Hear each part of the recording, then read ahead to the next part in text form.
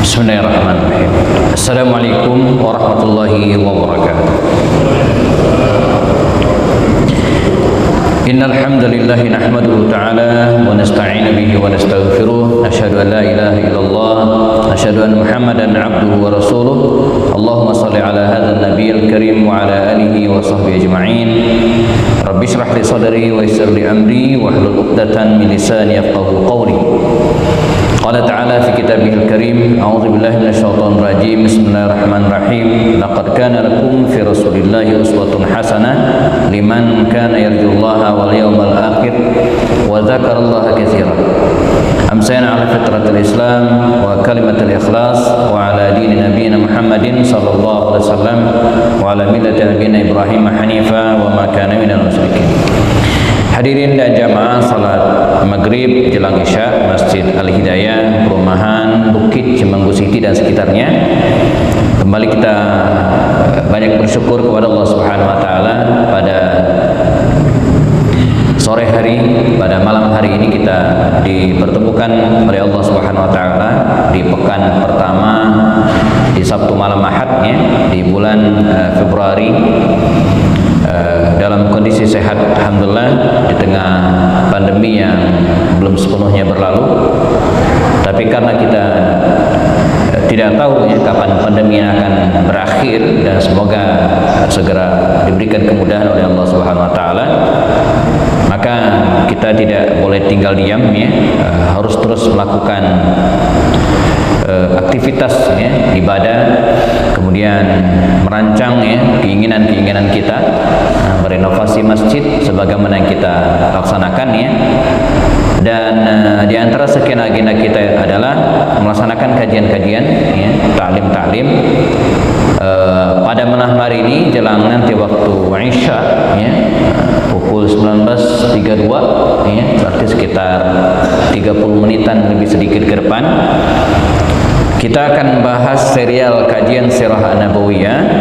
Kalau saya lihat chat dengan Pak Imam ya, pada pertemuan lalu kita bahas atau seri yang ke-20 ya, seri yang ke-20 kita bahas Tauji Ilahi ya, ayat-ayat yang turunnya, telaah ayat-ayat yang turun setelah perang Uhud ya, kalau saya tidak salah ya. Ini pertemuan kita terakhir membahas tentang al-ayat ya, ayat-ayat yang turun pasca Uhud. Jadi hampir setiap peristiwa besar jamaah ya, yang terjadi di masa baginda Rasulullah SAW dan para sahabat itu selalu ya mendatangkan komentar ilahi ya, atau selalu diiringi turunnya firman Allah Subhanahu wa taala.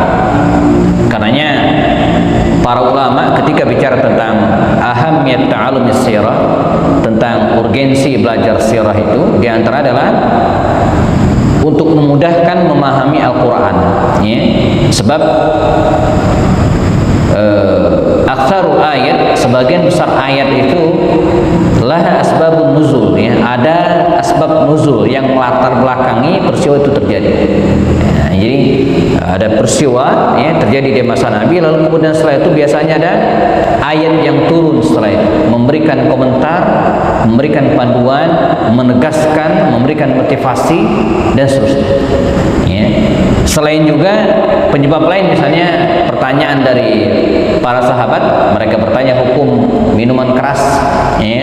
Mereka orang-orang kafir ada yang bertanya tentang Ashabul Kahfi ya. Atau kemudian kisah Dzulqarnain, wa yas'alunaka 'an Dzulqarnain.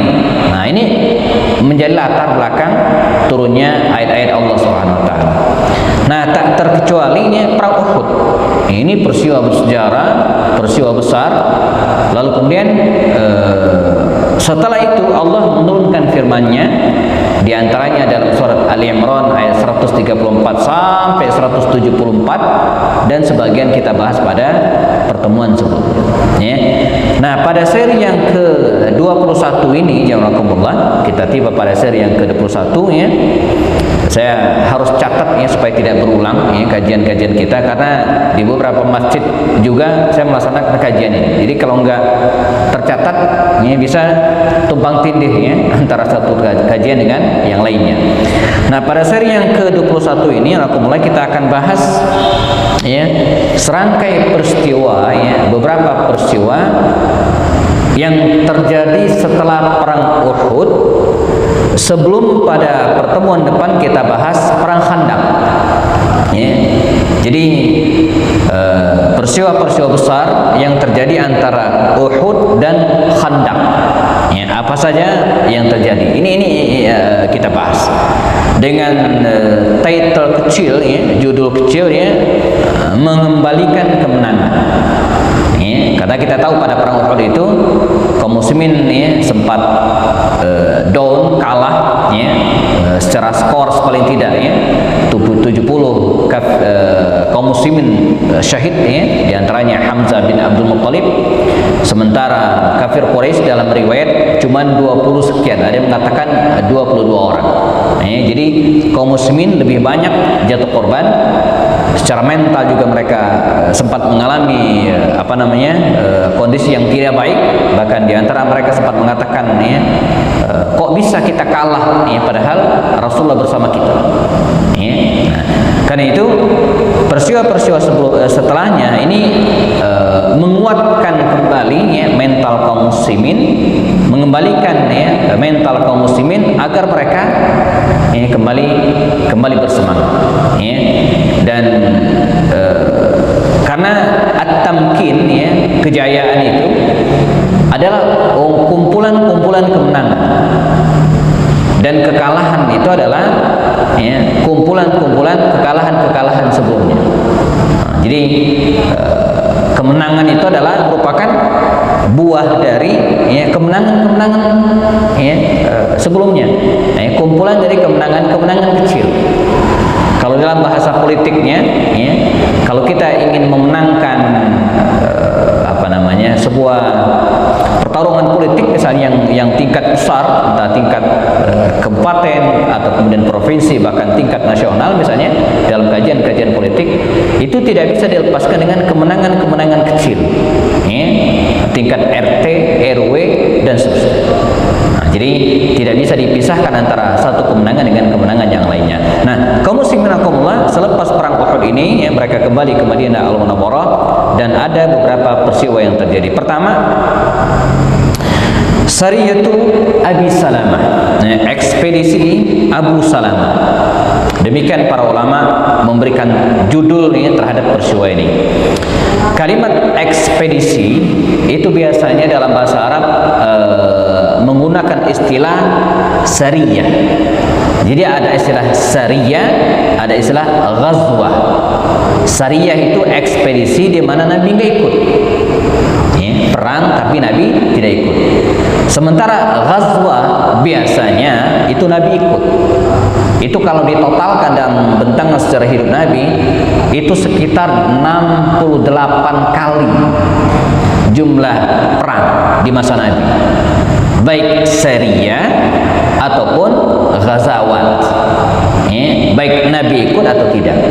Yang Nabi ikut itu mungkin separuhnya, 30 sekian ya, walaupun yang gede itu ada 8 atau 9 perang yang besar, tapi yang lainnya ada. Nah, ini ekspedisi, jadi Nabi nggak ikut ya. Bagaimana kisahnya? Ada beberapa pemuka dari kabilah Bani Asad ya, yang tinggal di sekitar Makkah dan Madinah. Itu adalah ada namanya kabilah Bani Asad. Tokoh mereka namanya Tulaiha bin Khuwailid ya, ada mengeja namanya dengan Tulaiha bin Khuwailid dan Salma bin Khuwailid ya. Mereka bergabung dengan kabilah Bani Asad dan dua tokoh ini adalah berasal dari kabilah tersebut. Mereka berkumpul berseteru untuk melawan Rasulullah SAW. untuk melawan baginda Rasul sallallahu alaihi wasallam, memerangi kaum muslimin di Madinah Al-Munawwarah. Nah, mendapatkan informasi ini jazakumullah, maka baginda Rasul SAW mengantisipasi dengan cara mengirimkan 150 personal pasukannya, dan dipimpin oleh Abu Salamah. Abu Salamah ini seorang sahabat terkemuka, merupakan keluarga pertama yang hijrah dari Mekah ke Madinah. Jadi ketika kaum muslimin hijrah dari Mekah ke Madinah, maka keluarga pertama yang hijrah itu adalah keluarga Abu Salamah ini. Sekeluarga mereka berangkat, Abu Salamah, Ummu Salamah, dan anaknya Salam. Walaupun belakangan Ummu Salamah tertahan. Nah, berangkatlah Abu Salamah ini anakumullah mendatangi kabilah Bani Asad bin Khuzaimah ini di tempat mereka, dan terjadilah peperangan di antara mereka. Dalam ekspedisi ini kaum muslimin mendapatkan harta rampasan perang yang cukup banyak, unta-unta dan kambing-kambing seterusnya mereka bawa pulang. Peristiwa ini terjadi pada bulan Muharram, sekitar 1 bulanan selepas mereka, atau 2 bulan 3 bulan selepas mereka pulang dari Uhud. Karena perang Uhud itu kan di bulan Syawal, Zulqa'dah, Zulhijjah, Muharram, sekitar 2 bulan setengah, hampir 3 bulan kembali dari perang Uhud. Nah, dalam ekspedisi ini kaum muslimin walaupun menang namun sayang Abu Salamah karena kelelahan dan luka-luka di tubuhnya, tidak lama setelah itu kemudian dia wafat, meninggal dunia setelah peristiwa ini. Dan istrinya Ummu Salamah radhiyallahu anha setelah selesai masa iddahnya, Ummu Salamah ini kalau ditinggal wafat itu masa iddahnya, ada yang ingat berapa lamakah masa iddah seorang wanita ketika ditinggal wafat oleh suaminya? Arba'at ashhur wa 10, 4 bulan 10 hari. Nah, jadi sebelum lewat 4 bulan 10 hari, seorang wanita yang ditinggal wafat oleh suaminya tak boleh menikah. Nah, ini wanita. Tapi kalau bapak-bapak enggak.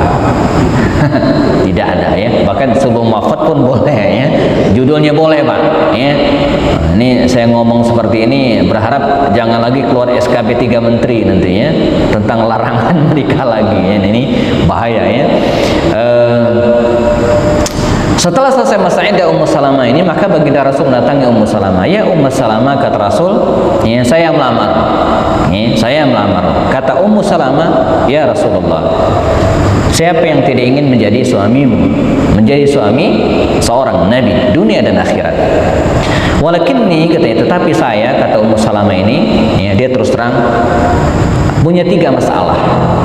Pertama, kata Ummu Salamah, saya ini orang yang agharun nas, orang yang sangat pencemburu.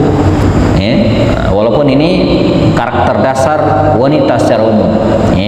Saya adalah orang yang sangat pencemburu. Yang kedua, kata Ummu Salamah ini ketika dilamar oleh Rasulullah SAW, saya adalah usia saya sudah lanjut, maksudnya sudah tua.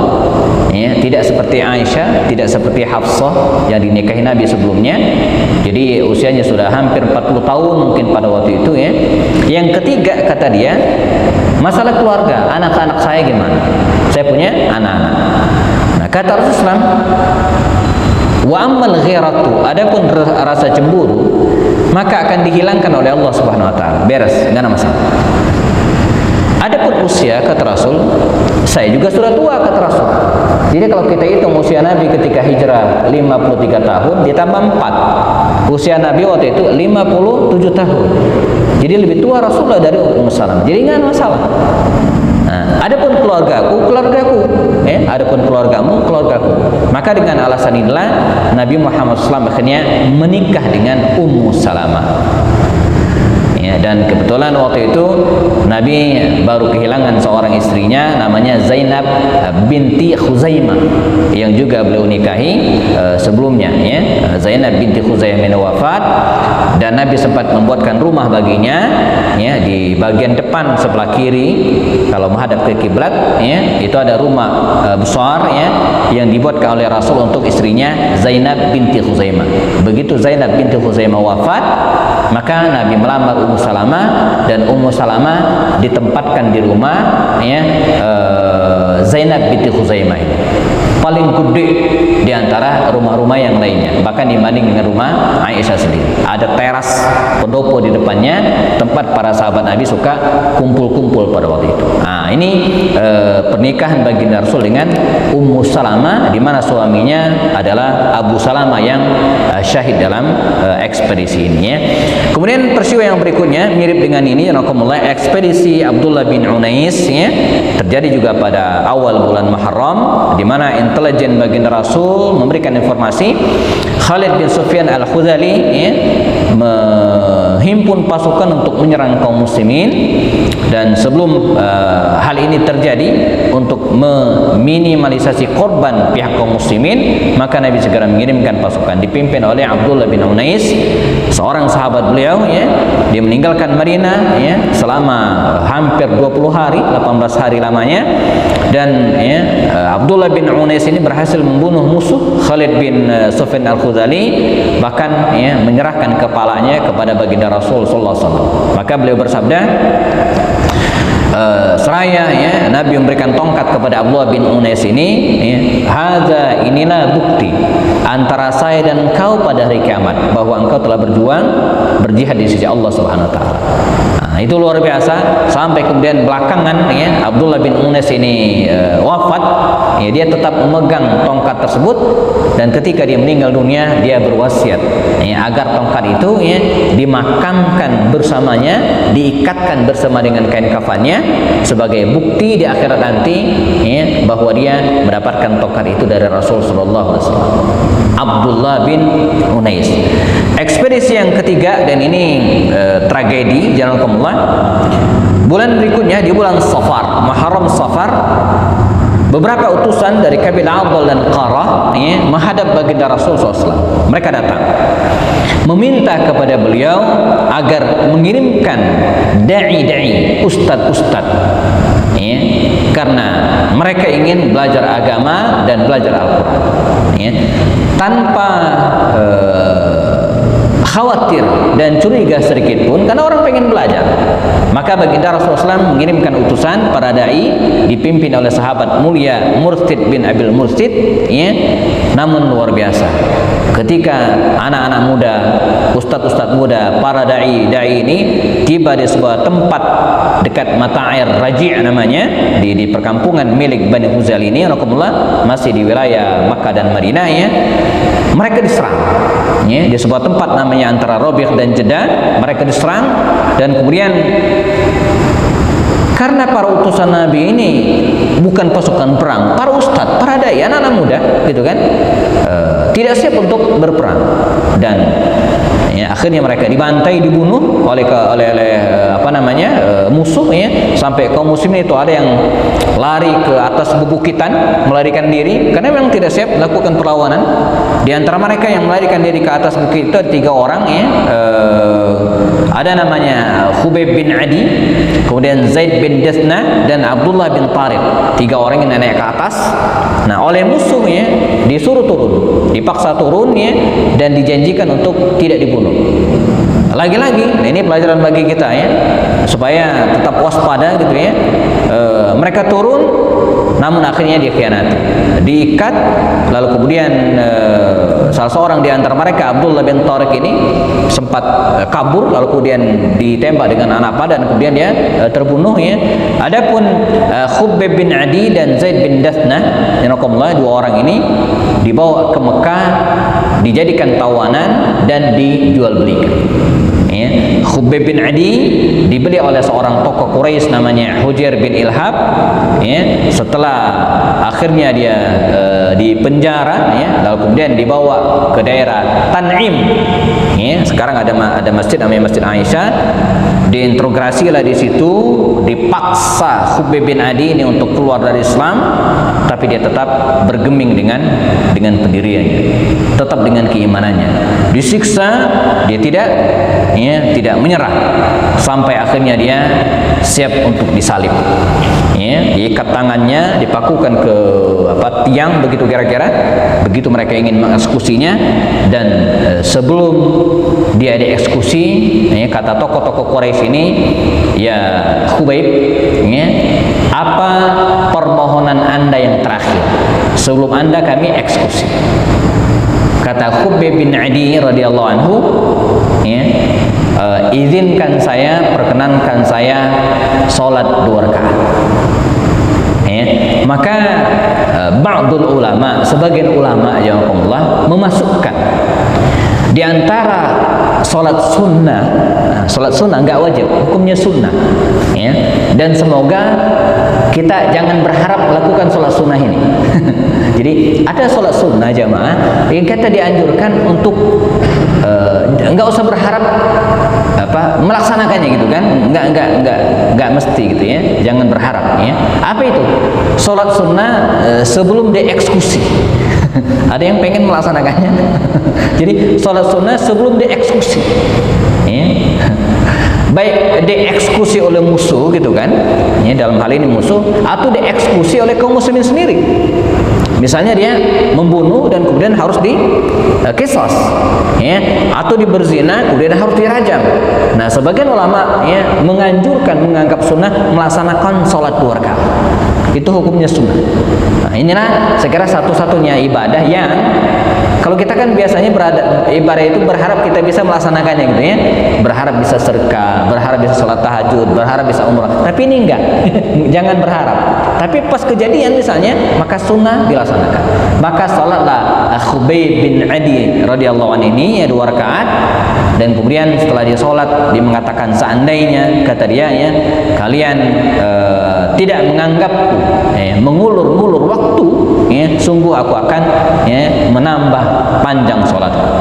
Bahkan Abu Sufyan bin Harb pada waktu itu sempat mengatakan, ya Khubayb, bagaimana menurut anda kalau anda kami lepaskan sementara Muhammad SAW ya menggantikan posisi anda seperti saat ini? Maka Khubayb dengan lantang mengatakan, ya demi Allah, ya, saya tidak rela seandainya saya aman, tentram, bersenang-senang dengan keluargaku, sementara baginda Rasulullah SAW tertusuk duri sedikit pun saya tidak suka, apalagi menggantikan saya seperti ini. Maka qadarullah akhirnya mereka membunuh Khubayb bin Adi ini, dan belakang ada seorang sahabat yang menyelamatkan jenazahnya, namanya Amir bin Umayyah al-Dhamiri, dan kemudian dimakamkan dengan sempurna. Nah, ini kisah Khubayb bin Adi yang sangat terkenal. Yang satu lagi Zaid bin Dathna, ya, juga demikian. Dia dibeli oleh Safwan bin Umayyah, salah seorang tokoh kaya, ya, putra dari Umayyah bin Khalaf, ya, dan juga dipaksa ya untuk keluar dari Islam, ya, namun dia tetap bertahan sampai pada akhirnya dia mengatakan, ditawari, ya Zaid bin Dathna, ya, kami akan membebaskanmu dan kemudian melepaskanmu dengan syarat, ya, engkau meninggalkan Islam. Nah, jadi kalau tadi kan disiksa, dipaksa untuk keluar Islam, nah sekarang ditawari sebaliknya, ya, maka dengan sangat lantang, ya, Zaid bin Dathna mengatakan bahwa dia tidak mau. Maka menyikapi hal ini, belakangan Allah SWT menurunkan firman-Nya surat Al-Baqarah, ya, wa minan nas, dan sebagian dari manusia, may yashri nafsahu ibtigha'a mardatillah wallahu ra'ufun bil ibad. Sebagian manusia ada orang yang menjual, mengorbankan dirinya semata untuk mencari keridhaan Allah Subhanahu wa taala. Maka dalam hal ini jamaah ada pilihan. Ketika seseorang dipaksa gitu kan untuk mempertahankan akidahnya walaupun diancam mati, maka dia boleh mempertahankan keimanan itu walaupun sampai kemudian syahid. Ini disebut dengan azimah, mempertahankan azimah. Tapi ya, dia juga punya pilihan ya untuk mengambil rukhsah dengan cara berpura-pura. Nah, ini rukhsah, ya. Dalam hal ini boleh sesuai dengan kondisi masing-masing, tidak bisa digeneralkan. Maka kalau ada orang yang mengambil rukhsah untuk menyelamatkan diri misalnya, boleh, ya, untuk dia, tapi tidak bisa tidak bisa digeneralkan. Seorang sahabat Ammar bin Yasir, ya, ketika disiksa bersama dengan ayahnya Yasir, bersama dengan ibunya Sumayyah, ibunya sampai tewas, ya, syahidah, lalu kemudian Yasir juga ayah juga meninggal, tapi Ammar enggak. Mengapa Ammar mengambil rukhsah ini? Ketika Abu Jahal CS mengambil besi panas, menempelkan ke perutnya Ammar bin Yasir, dan kemudian mengatakan, "Ya Ammar, kami akan menempelkan besi panas ini sampai Anda meninggal," gitu kan, sampai Anda mati. Kecuali kita damai, kata Abu Jahal. Damainya apa? Anda cukup mengatakan Muhammadun kadzdzab, Muhammad pendusta. Dan Ammar mau. Maka sebagai karakter utama bangsa Arab, begitu Ammar mengatakan kalimat tersebut, dia pun dilepaskan, tidak jadi dibunuh.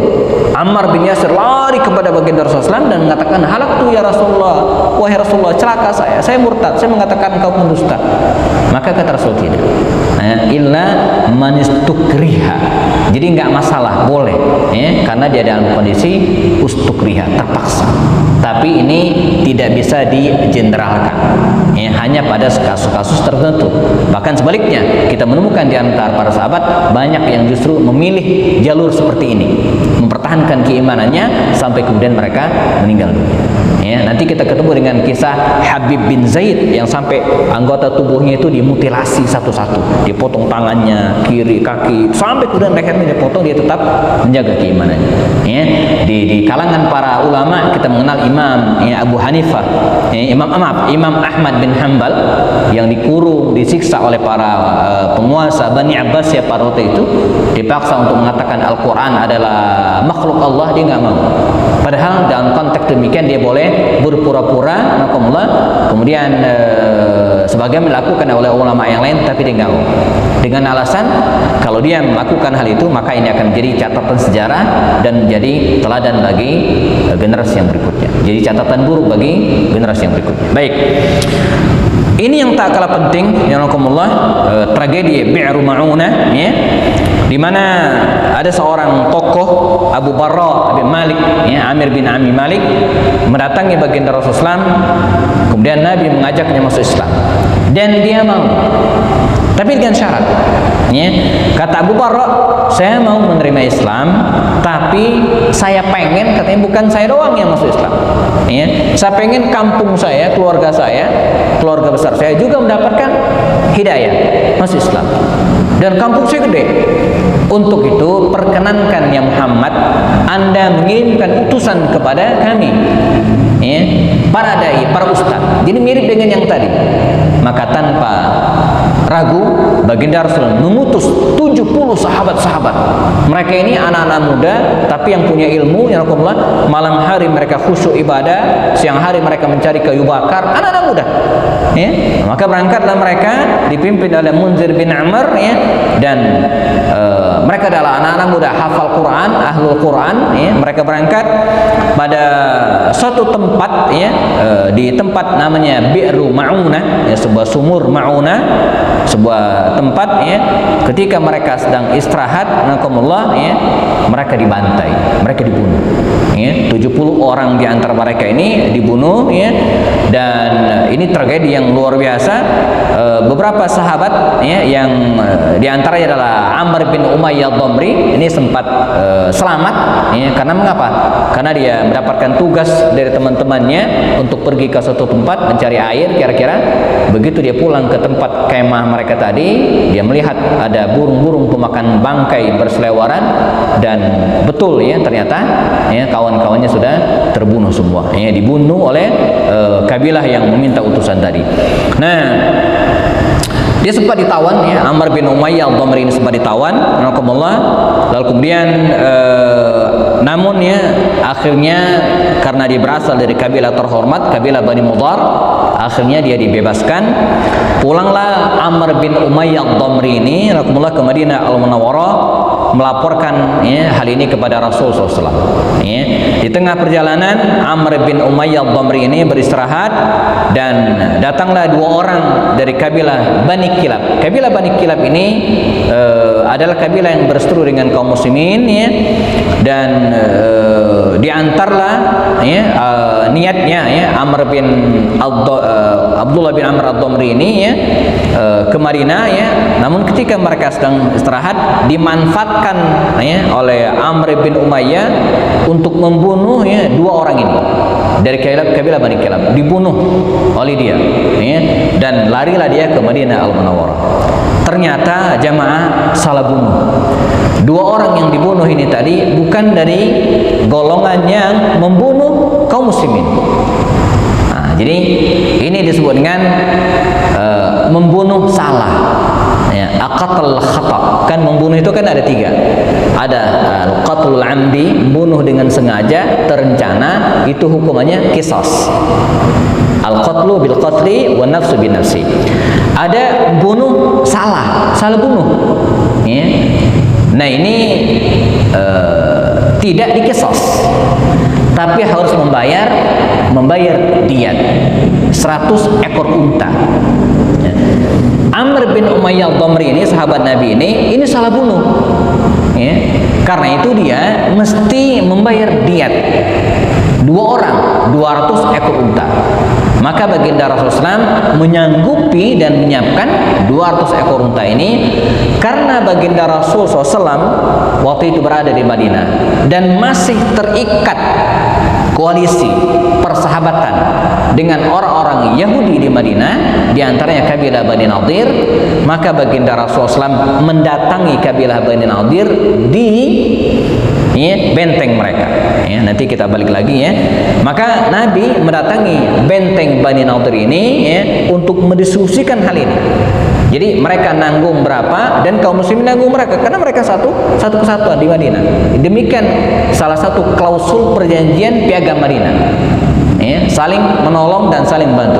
Ketika Rasulullah, Abu Bakar, kemudian Umar, Ali sedang berada di benteng Bani Nadir Yahudi ini, tiba-tiba mereka menyiapkan batu besar dari atas benteng itu, siap ditimpakan ya, kepada baginda Rasul yang berada di bawah. Ini pengkhianatan. Padahal mereka adalah koalisi, sekutu. Ya. Malaikat Jibril memberitahu baginda Rasul, maka seketika Nabi meninggalkan benteng tersebut dengan tiba-tiba, dan tentu saja ini membuat heran para sahabat. Namun ketika dijelaskan oleh baginda Rasul bahwa mereka terancam ya, dibunuh oleh orang-orang Bani Nadir ini, dan ketika diselidiki ternyata benar. Ya. Clear, Bani Nadir, ya, kabilah Yahudi ini mengkhianati kaum muslimin. Maka Nabi segera mendatangi kabilah Bani Nadir ini, memberikan pilihan-pilihan kepada mereka. Ini gimana maunya? Kata Rasulullah, maunya Anda apa? Dan akhirnya diputuskan ya, mereka harus meninggalkan Madinah. Seluruh Bani Nadir, Yahudi Bani Nadir harus meninggalkan Madinah Al-Munawwarah. Dikasih waktu oleh Rasul selama 3 hari. 3 hari kata Rasul, kalian harus meninggalkan Madinah. Maka pada hari ketiga mereka berbondong-bondong, beramai-ramai secara pengecut ya, meninggalkan Madinah Al-Munawwarah, bawa bantal guling, bawa kasur, bawa pintu, daun jendela, dibawa semua. Kemana mereka pergi? Melarikan diri ke Khaybar. Ya, nanti ada lanjutannya perang Khaybar. Ya, itulah cikal bakal terjadinya perang Khaybar, karena Yahudi Bani Nadir ini melarikan diri ke Khaybar, dan di Khaybar inilah dia menyusun kekuatan, memprovokasi orang-orang untuk memerangi Rasul sallallahu alaihi wasallam. Nah, kita balik ke Madinah sebentar. Baginda Rasul sangat luar biasa, berduka dengan terbunuhnya 70 kaum muslimin ya, dalam tragedi Bi'ru Ma'unah ini. Maka Nabi mendoakan ya, kecelakaan atas orang-orang yang membunuh mereka. Ini beberapa kabilah Ra'al, kabilah Adal, kabilah Qura, dan kabilah Zakwan. Maka setiap sholat ya, khususnya waktu subuh pada rakaat yang kedua, selepas bangkit dari ruku, beliau menengadahkan tangannya ya, mendoakan orang-orang ini agar mereka ditimpa musibah, agar mereka celaka. Karena mengapa? Karena mereka sudah membantai kaum muslimin. Ya, nah belakangan ini disebut dengan qunut nazilah. Ya, qunut nazilah. Hal itu berlangsung dalam riwayat sampai 2 bulan berturut-turut. Selama 2 bulan itu Nabi kunut terus untuk mereka. Nah, setelah 2 bulan kemudian Allah Subhanahu wa taala menegur agar Rasulullah mengganti doanya. Tidak lagi doa kecelakaan, tapi doa hidayah. Maka Nabi berdoa, Allahumma hdini fiman hadait, wa afini fiman afait, wa tawallani fiman tawallait, dan seterusnya. Nah, dari sinilah bermula perbedaan pendapat tentang kunut subuh. Dalam satu pendapat dikatakan bahwa baginda Rasulullah melaksanakan kunut 2 bulan full, syahrain kamilain, 2 bulan berturut-turut kunutnya, dan setelah itu beliau tidak kunut lagi. Karena itu dalam mazhab Hanafi misalnya, mereka mengatakan bahwa kunut subuh itu bid'ah. Bid'ah. Tapi kalau kunut nazilah ada, karena Nabi melaksanakan. Jadi dalam pendapat mazhab Hanafi mengatakan bahwa kunut subuh itu tidak ada. Yang ada adalah kunut nazilah, dan itu bukan pada subuh saja. Tapi ulama yang lain semisal mazhab Syafi'i mengatakan tidak. Nabi 2 bulan berturut-turut emang kunut nazilah. Tapi setelah itu kata beliau, Nabi terus kunut, tapi kunutnya bukan kunut nazilah, kunut yang kita hafal tadi itu, Allahumma dini fiman hadid, dan seterusnya. Ala kulli hal, apapun jamaah, ini bagian dari khilafiyah di kalangan ulama. Para ulama berbeda pendapat. Ada yang mengatakan bahwa Nabi kunut hatta faraqad dunya, sampai Nabi wafat, sampai meninggal dunia Nabi terus kunut. Tapi ada yang mengatakan Nabi melaksanakan kunut hanya 2 bulan saja. Nah, beberapa ulama kemudian mencoba untuk jam'u, mengumpulkan pendapat-pendapat ini. Misalnya dalam kitab Zadul Ma'ad dijelaskan bahwa pertama ini bagian dari khilafiyah. Kemudian ulama lain mengatakan bahwa kunut subuh itu memang ada, memang ada asalnya, hanya saja mereka berbeda pendapat apakah Nabi melaksanakannya sepanjang hayat sampai meninggal atau tidak. Catatan dari Ibnu Qayyim al-Jauziyah, dan ini dikutip ulang oleh Said Sabiq dalam fikih sunnahnya, kata beliau, bisa jadi betul Nabi melaksanakan kunut, tetapi kunut nazilah yang beliau baca ketika ada musibah saja. Jadi bisa jadi emang sampai meninggal dunia beliau kunut terus, tapi ketika ada musibah. Jadi kalimat hatta faraqad dunya itu artinya Nabi melaksanakan kunut nazilah sampai meninggal kalau ada wabah, kalau ada musibah, kalau ada pembunuhan. Tapi kalau tidak. Catatan kedua dari beliau adalah Anas bin Malik, di antara sahabat yang meriwayatkan kunut ini, hadis tentang kunut ini, kalau kita baca secara hidupnya, beliau tidak kunut subuh. Tidak kunut subuh. Artinya kalau kunut nazilah clear beres. Yang ketiga adalah Al-Khulafa Ar-Rasyidun, Abu Bakar, Umar, Utsman, dan Ali bin Abi Thalib radhiyallahu anhum ajma'in, kalau kita telah sejarah hidupnya, mereka tidak kunut subuh. Mereka tidak kunut subuh. Kalau kunut nazilah clear, nggak ada perbedaan, itu jelas ada. Maka sebagian ulama mengatakan bahwa kunut subuh ini bagian dari khilafiyah, dan kita tidak perlu berdebat tentangnya karena ulama juga sudah menyelesaikan hal ini. Namun selain Imam Asy-Syafi'i tentu saja, pertama Imam Abu Hanifah mengatakan kunut subuh itu tidak ada, hanya ada kunut nazilah sebagaimana kita faham Islam ini. Nah, ini cikal bakalnya. Setelah ini kaum muslimin berada di Madinah, sementara kafir Quraisy, Yahudi yang berada di Khaybar tadi itu bermukim di situ, dan ini tempat yang sangat-sangat luar biasa, walaupun saya belum pernah ke sana, tapi video-video sudah banyak dan beberapa teman sudah banyak ke tempat Khaybar ini. Bebukitan, tanahnya amat sangat subur, lalu kemudian pohon kurma lebat sekali, dibentengi oleh 8 benteng. Yahudi Bani Nadir ini menyimpan dendam kesumat yang luar biasa pada kaum muslimin. Kita cut sampai di sini, Saudara Syah. Mereka kemudian ada 20 orangan tokoh dari Yahudi Bani Nadir yang melarikan diri Khaybar ini datang ke Mekah. memprovokasi, melobi gitu ya, tokoh-tokoh muda Quraisy. Khalid bin Walid, Abu Sufyan bin Harb, Ikrimah bin Abu Jahal, Sofwan bin Umayyah yang tadi, Amr bin As, tokoh-tokoh muda ini diprovokasi ya untuk bersama-sama menyerang kaum muslimin di Madinah. Singkat cerita, terkumpullah pasukan yang sangat besar, 10.000 tentara, jazakumullah. 10.000 tentara ini bersiap bergerak dari Mekah menuju ke Madinah untuk menghancur leburkan kaum muslimin. Catatan, jumlah kaum muslimin waktu itu hanya 3.000 orang. Diprediksi kalau 10.000 tentara ini berhasil masuk ke Madinah, khalas, selesai kaum muslimin. Untuk menghadapi pasukan besar ini, Nabi punya strategi, yaitu menggali parit yang kita kenal dengan Khandaq. Nah, inilah bahasan yang akan kita bahas pada pertemuan berikutnya insyaallah, Ghazwat Al-Khandaq atau perang Khandaq insyaallah. Ya, baik, sudah masuk waktu Isya jamaah, kita siap-siap melaksanakan sholat Isya secara berjamaah. Muadzin siap-siap, bagi yang sudah batal wudunya silakan berwudu ulang, tetap menjaga protokol kesehatan. Semoga Allah SWT menjaga kita dari wabah ini dan menyembuhkan saudara-saudara kita yang barangkali terpapar wabah ini, dan lebih dari itu kita berharap semoga Allah SWT memberikan ilham kepada para ilmuwan untuk segera menemukan antivirus ini dan kita kembali ke kehidupan normal insyaallah, amin ya rabbal alamin. Kita selesai dengan kafarat majlis.